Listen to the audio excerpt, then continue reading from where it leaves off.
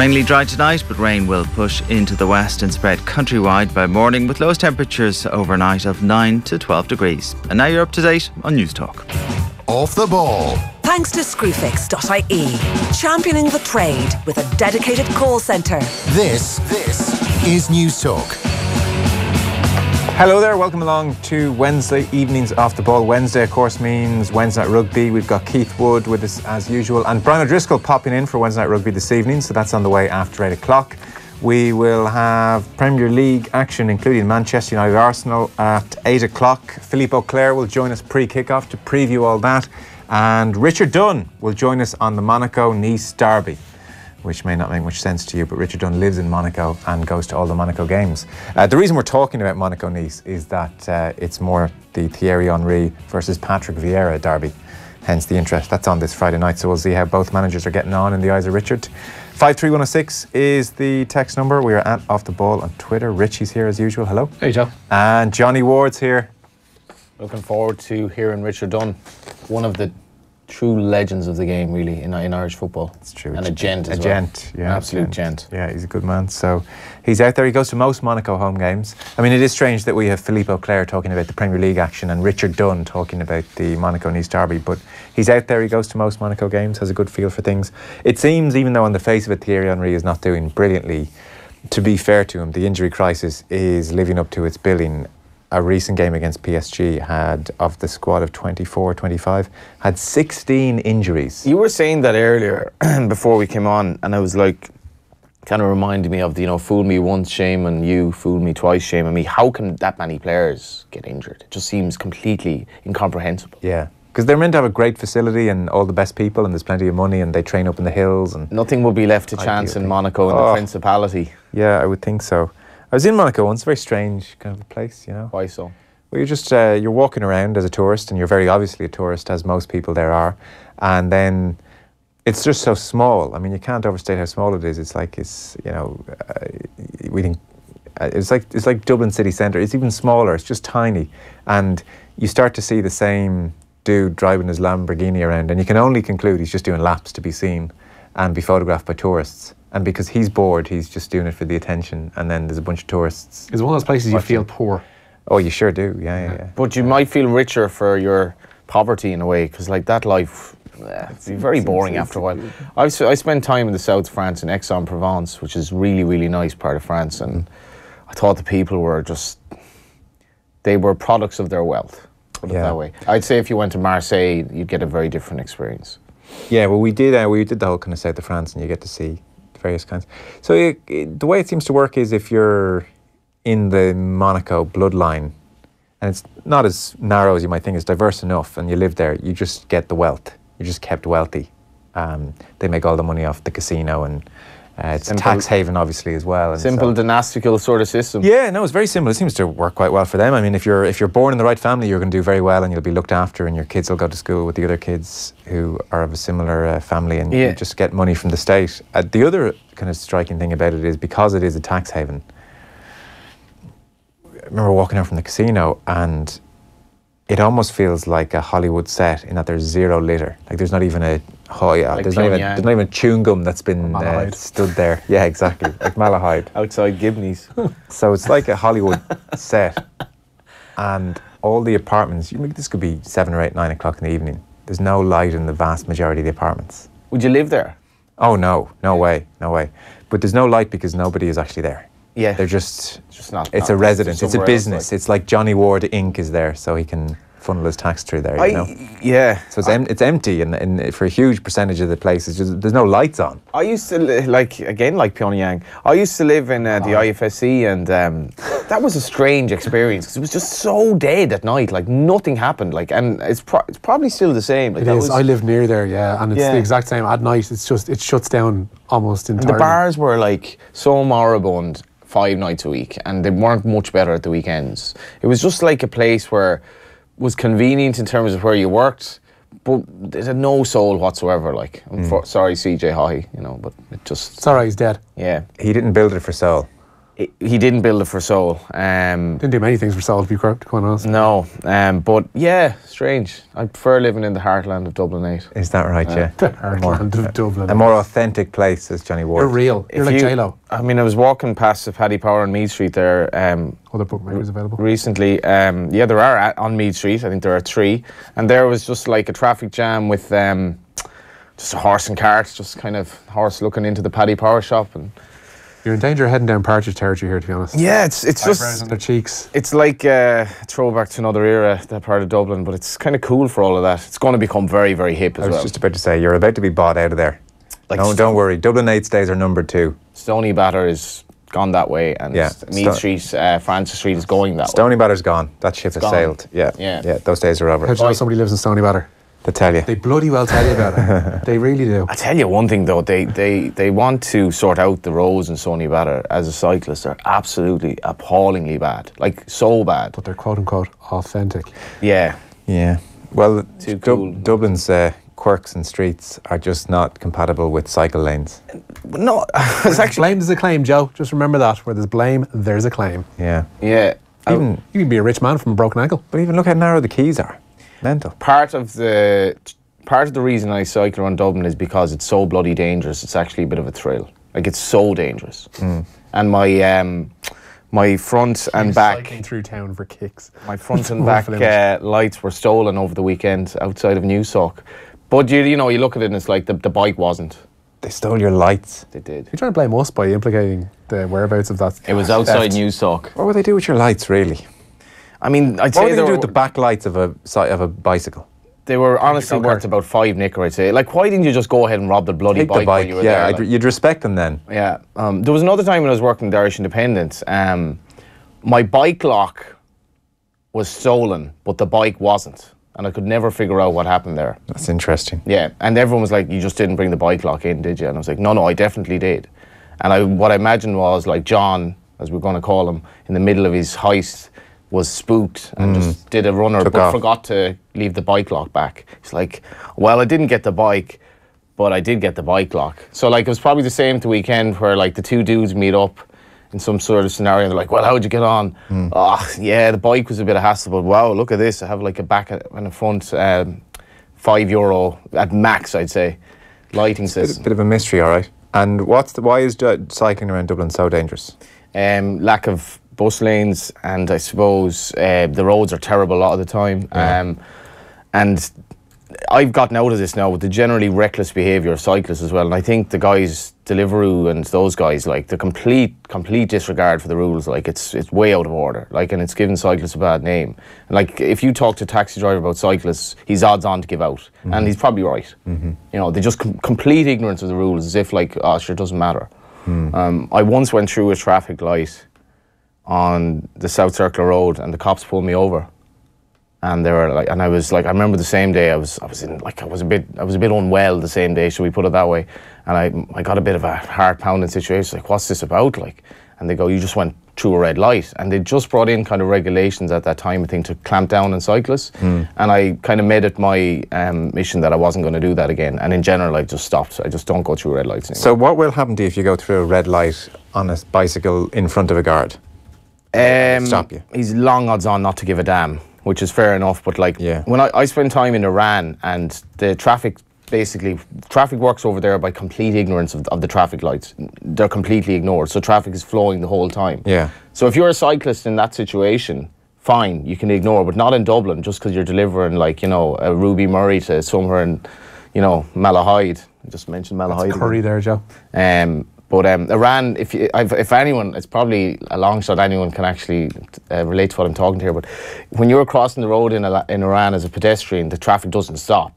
It just skirts around you. So you will cross, like, an 8-lane road in the middle of Tehran, and traffic just, it's such a thrill. And, like, if you ever bring anyone there, you're like, just watch this. So, like, it's something you never do in the Western world. You just literally have to walk across. They're not going to stop. They're just going to come, like, by your knees and, you know, by your ankles. They won't hit you. They're amazingly good drivers. Bit of that in Morocco as well, actually. Yeah, I think it's like a Middle Eastern / North African thing. It's just that's how they drive it. I remember the first night I was there, and I was driven from the airport into the city, and the way your man was driving, almost inevitably while smoking and kind of, like, with one hand, I was just like, this is insane. And then you get used to it.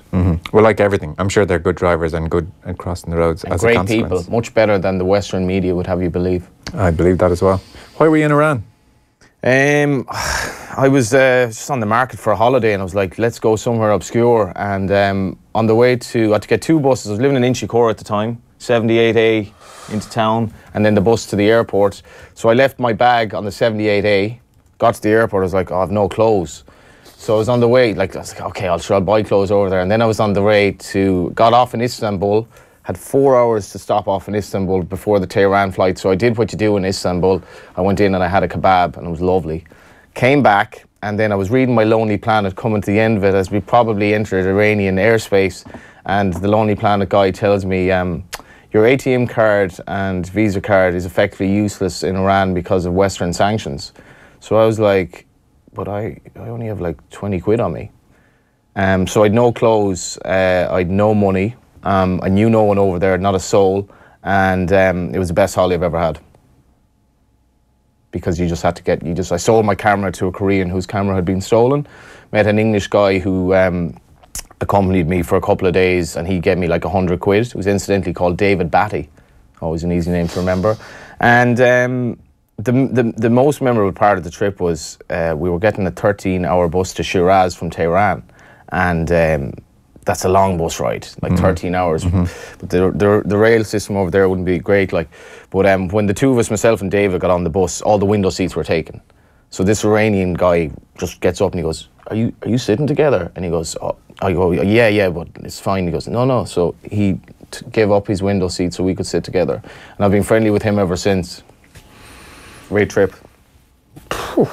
What's going on in the world of sport, meanwhile? How did we get there how did we start off in that? Traffic in Dublin. Traffic in Monaco.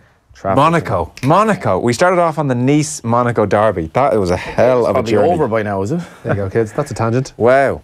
That's a hell of a move from Nice-Monaco to Tehran, and it all made perfect sense along the way. Well, Richard Dunn would he have played in Tehran? Was he around at that time? Well, he was part of that campaign. It was just whether or not he played, yeah. I remember asking Kenny Cunningham about it. What was your best experience of an away game? He actually said Tel Aviv. Said there was an amazing atmosphere there. Well, Tehran, they all seemed to really enjoy the sense of countdown on the plane as the plane took off, and they could crack open the alcohol. You know, who the players. Yeah, like it was one of the great flights home by all accounts. Didn't play that day. You can. Richard Dunn didn't. Nicely done. Who played? Kenny. Given, Finnan, Staunton, Breen, Kilban. Breen. He is, yeah. Let's see. Matt Holland, Mark Kinsella, Jay Mack, David Connolly, and Robbie Keane. Okay, we have to keep moving here. Iranian traffic. Haughey did Temple Bar for Soul, Art and Culture, and look what we did with it. Jesus. At least the IFSC. Haughey gave us his only son. And we turned him into a tourist hotspot. At least the IFSC stag dump generated thousands of jobs in the IFSC. Not too shabby, says Mick and Galway. I've no issue with the IFSC at all. No, it's just culturally dead moribund. Nice. It's culturally moribund. Yeah. Yeah. There's text coming in. If the lock is the only thing worth stealing, probably a sign that the bike shop screwed you on the bike. Vietnam, no one stops anywhere. Just walk across the road and the motorbikes just go around you. But the important thing is don't stop, keep marching. That's exactly it. That's very true, generally. I mean, the worst thing you can do, if you're crossing the road and there's a car or a bike, and it's the unpredictability of someone who stops and you don't know which way they're going to go. Just try and keep a smooth... It's a truism of life, Joe. Do you know, very briefly, I went back to Iran. Very briefly. I doubt this is going to be. This needs to be so brief. First time I was over there, your phone was absolutely useless. You couldn't, there was no such thing as WhatsApp. You literally couldn't... have researched this holiday. And unfortunately, then it was great. So it was like you literally couldn't use your phone for anything for a week. And then unfortunately, the next time I went back, they'd kind of caught up on WhatsApp and Gmail and all that. And the world had caught up with you. Yeah, it had, but it wasn't wasn't a better place for that. No, I hear you. I find I'm not enjoying it. You know the old go online. Now I'm the one. No, we need to move on. I was just going to say, you know when you go online... You can come back to it. I love a good beach holiday. Lie there for 10 days a week and just read books. And how can you love that? I just do. I like it. Yeah, it's good. It's been ruined now because the phone has caught up and there's no data roaming charges. And honestly, WhatsApp is humming away, Twitter, all the stuff that you kind of want to get away from. You just have to leave it behind, Joe. I know you do, but it's right there. And then Spotify's on there, you see. You're 8 hours on a beach. There's a lot of time to just check your phone. You know? Well, you're always on call. Like that's society demands now that you're on call. Like And as a journalist, society almost demands that like you have to be on social media as well, and various other things besides. Definitely on holiday. You know, I didn't feel the pressure. I need to be on top of things. It's just you just start reaching for WhatsApp. It's terrible. It's ruined the beach holiday. Do we have any time to even discuss what's happening? Very quickly, we are going to get in. The Newsround brought to you this evening with Screwfix.ie, championing the trade, a choice of over 20,000 quality trade products. So, the Premier League offering this evening is very good, I have to say. You've got team news, Man United, Arsenal. 4 of the Premier League's top 5 sides in action tonight, and potentially, as I say, the highlight being Manchester United playing host to an Arsenal side, unbeaten in 19 games in all competitions. The teams are in. David De Gea starts in goal for United.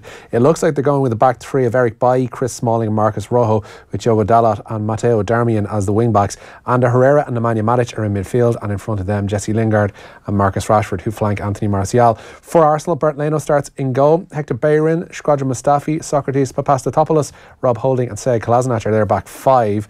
Lucas Torreira and Matteo Guendouzi are in midfield. Ahead of them, Aaron Ramsey and Alex Iwobi, with Pierre-Emerick Aubameyang leading the line.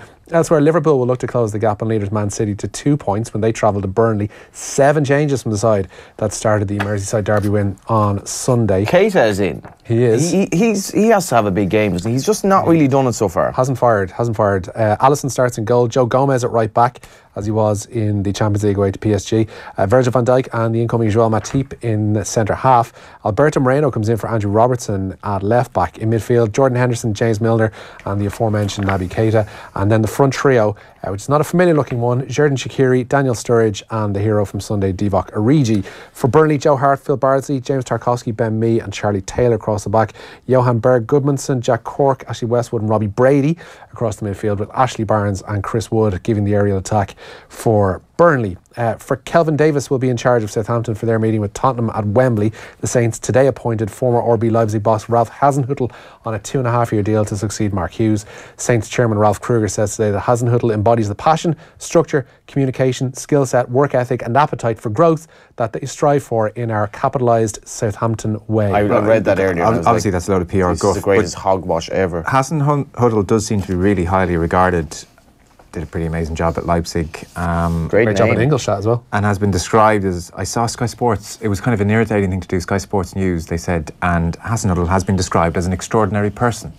Didn't say who had said it or what the context was, just... Like, I just did that. It could have been his teacher for all I know. But I'm looking forward to seeing what he's like, so he's on the way pretty much imminently. He's in the ground this evening. Chelsea play Wolves. Yes, indeed, they do. And Chelsea start with Kepa Arrizabalaga at the back, a back 4 of Cesar Azpilicueta, Antonio Rudiger, Andreas Christensen and Marcus Alonso. Cesc Fabregas and N'Golo Kante and Ruben Loftus-Cheek make up the midfield. And in the front 3, it's Willian, Eden Hazard and Alvaro Morata. For Wolves, Rui Patricio starts in goal. Back 3 then of Ryan Bennett, Conor Cody and Willy Bolly. Matt Doherty and Ruben Vinagre make up the wing-backs. Roman Sass and João Moutinho are in midfield.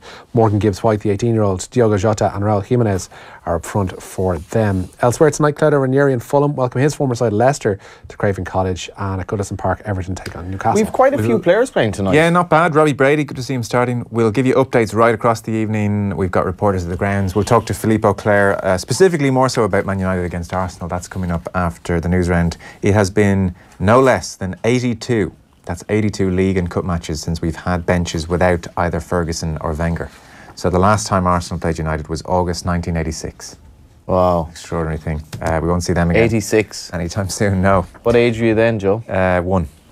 It's disgraceful. So, big blow for Westmeath. Yeah, they look like being without last year's captain John Heslin for their 2019 campaign. New Westmeath manager John Cooney told the Westmeath Independent that Heslin hasn't returned to the squad as he concentrates on his PhD studies. However, if things do change in Heslin's life, the door is always, of course, open for him. Ray Cannella won't be joining the squad either, as despite his release from AFL side St Kilda, he has returned to Australia to pursue a career. Paddy Jackson has been omitted from the Perpignan squad to face Connacht in the Challenge Cup this coming Saturday. The former Ireland out half left Ulster for the French top 14 side after he was acquitted of a rape charge at a trial in Belfast back in March. But with Perpignan bottom of the top 14 and festive games upcoming with Racing and Clermont, they've opted to send a weakened squad to the sports ground. Busy day, foil side for Derry City. Declan Devine making a trio of new signings. Goalkeeper Peter Cherry joins the Candy Stripes, having left Cork City this week, and he'll likely replace Ger Doherty, who's departed, with Crusaders a likely destination for the 37-year-old stopper. Kieran Cull departs Finn Harps after his testimonial season and helping them gain promotion, while defender Ali Gilchrist leaves after a season at Shamrock Rovers. Meanwhile, Jamie McDonough has signed a new contract at the Brandywell, having joined from Sligo at the end of the 2017 season. Cork City, though, look set to lose one of their star players. It's been reported that English League One side Doncaster are on the verge of signing Kieran Sadlier. The 24-year-old has a string of admirers and is out of contract. Here's one for you, right? You know, what would you have been into your tunes? Yeah. So is that Sadlier is obviously linked with Doncaster. So is Sean McLaughlin. I'm not sure that's going to happen. But I was at an Interpol gig in Donny. What? In Doncaster? No. All right. In the Olympia. Just listen to the rest of the story. Traveller, you know. Iran. It wasn't Iran. But anyway, none other than Sean McLaughlin was there. And I was like, it's pretty impressive for a lad who's like 21 to be an Interpol fan. And he goes, oh, I like my music, not the rubbish like that some of the other lads kind of would be into. He takes after Brian Kerr then. Likes his tunes. Brian Kerr loves his tunes. Brian Kerr spotted at Wilco gigs. Oh, he loves Wilco. That's mad. I know. Never knew that. One of my favourite bands. He was up at the Rory Gallagher festival up in Ballyshannon as well, was our Mr. Kerr. What a champ. So not only is he a football doyen, he is a man of his tunes as well. No more than yourself, Richie. Yeah, and he's brought down to the picnic on the Proviso 2 years ago that he was getting a free ticket for it. He's like, I'm going off to see some bands. What a champ. One. But anyway, Sean McLaughlin, in fairness, he knows his tunes. That's good. Yeah, and he's... it's a rarity in football. He's and he's a great young lad. Are there any other League of Ireland players out there who actually are into their tunes? Give us a shout. Give us a shout. What's coming up in Tom Dunn this evening? I've got tickets for Noel Gallagher and Dove's giveaway, Joe. Kevin Kilban will be all over that. He will be. I've got an interview with Hilary Woods, ex of JJ72 and now solo, star in her own right. And they were kind of a coming forth and on the cusp of greatness and acclaim, and maybe it died away from them. A little bit. Yeah. Second album didn't do much, and then it kind of petered out from that point on. A difficult second album. Difficult second album, Joe. Richie. As we'll all find out. Yeah, in our own time. Anyway, so that's on the way. You're in the hot seat after 10. I am. Double jobbing. I might actually turn that on. I haven't listened to it yet. I might, I cycle home. I'll be back pretty much for 10. Match of the day not on tonight, no? Yeah, it will be. Yeah, then we'll another time. Listen, there's a listen back function in the royal family. It's the thought that counts. Yeah, listen, we'll be thinking of you. Don't forget the listen back function on the News Talk app, kids. Good news. An international is on his way to Sligo Rovers. The Bitter Red have signed Bermuda captain Dante Leverok from Estonian side Narva Trans. The centre-half scored 8 goals in the Estonian League from defence last year. Well, the 2019 season of All-Ireland champions is nothing better than a full international coming to the league, especially for... I love these signings. Like, when Charles Babas Livingston came to Patcher, like, who's this guy? And then he turns out to be an absolute, like, proper baller. Jimmy Agre, remember him? The Estonian League, like, wouldn't be as bad to suggest that like 8 goals from centre back, whatever he got is not. Wherever Bucko picked him up. Can we finish with the latest on Ronnie O'Sullivan, and then we got to wrap things up to go to Philippe? We can indeed. He won 6 frames in a row today to breeze into the UK Championship quarter-finals.